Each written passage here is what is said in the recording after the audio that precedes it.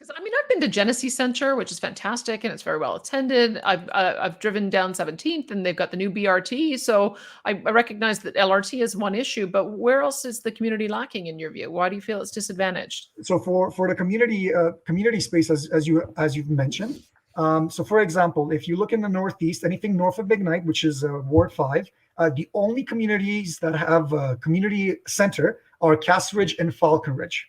Hmm. Now, I've asked the previous counselor for the area, could you please tell me, sir, how come any of the newer communities north of that don't have any similar space? And what they told me is, well, Tudor, over time, we noticed that there's certain communities that have a very hard time managing the costs, the operating costs of a community center.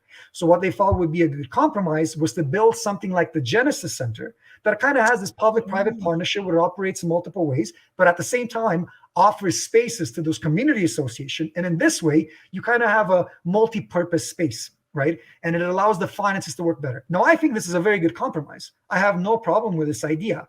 However, if you look even further up north in Saddletown, the city has not been able to keep up to its own new standard.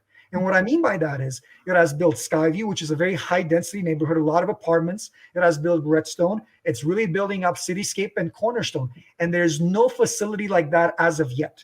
I have friends that have bought property there for 10 years, and they've had kids that were 2, 3, 4 years old, and they've never had that kind of space. And every time, especially in the winter, when you want to do anything kind of physical activity, you either have to drive to Vivo, which is quite a bit of ways away, or you have to go to Genesis.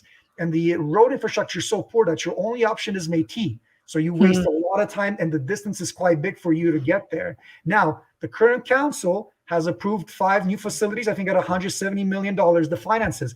But when they got asked what's the timeline, they said it's 5 to 7 years depending on the project, which shows to me that besides the land and just the commitment, you have not really done that much work on design, location, and everything. So there's going to be people in Skyview and Redstone who are going to have property there for 15 years, and what was promised to them is not being delivered. Okay. That's unacceptable. So that's where a lot of apathy comes from. That helps explain it.